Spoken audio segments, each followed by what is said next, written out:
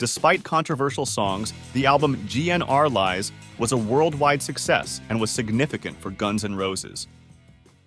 The year was 1988, and Guns N' Roses' debut album, Appetite for Destruction, 1987, held a solid third position on the Billboard 200. Feeling the need to keep the band in the spotlight while working on the next album, the idea, credited to then-manager Doug Goldstein, emerged to release a temporary solution.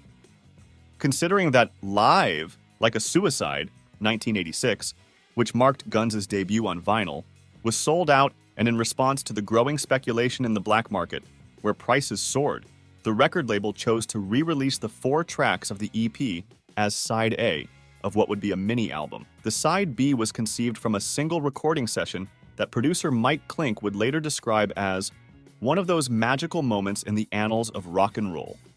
Thus, the story behind GN'R Lies unfolds. Released on December 24, 1986, the now legendary EP Live, Like a Suicide, contains 2 original compositions and 2 covers from Guns N' Roses' live repertoire, at the time that wouldn't be selected for inclusion in the upcoming Appetite for Destruction. The original compositions were Reckless Life, salvaged from the Hollywood Rose estate, the pre-Guns group featuring vocalist Axl Rose and guitarist Izzy Stradlin, and Move to the City, co-written by Del James, a frequent collaborator of the band. The covers were Aerosmith's Mama Kin and the Australian Rose Tattoo's Nice Boys. It seemed like an independent EP, but it actually wasn't. We had the idea to release the EP under our own label, which we insisted be funded by Geffen. We named the label Uzi Suicide and the EP Live, Like a Suicide, said Slash. It wasn't live, despite the title. The crowd noise on this record comes from recordings of a 1970s rock festival called Texas Jam. We thought it would be funny to put a huge stadium crowd in the background at a time when we were lucky to be playing for a few hundred people, said Duff McKagan.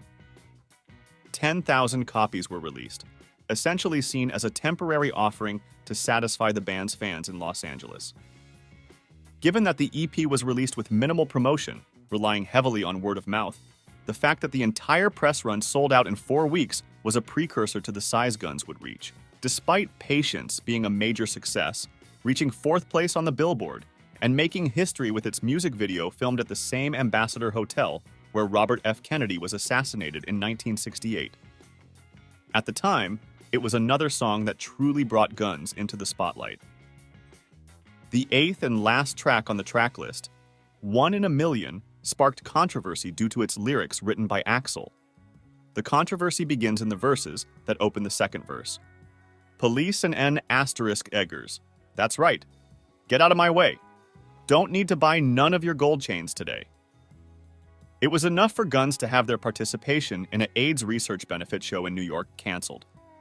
Despite the controversial One in a Million prompting boycott attempts, GNR Lies, released on November 29, 1988, in the United States, and the following month in the United Kingdom, sold over 12 million copies worldwide.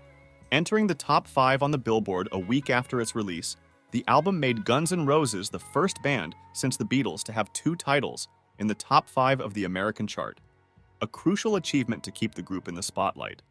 If you enjoyed this video and want to know more about the Guns N' Roses universe, subscribe to the channel and hit the bell to receive notifications. Until next time.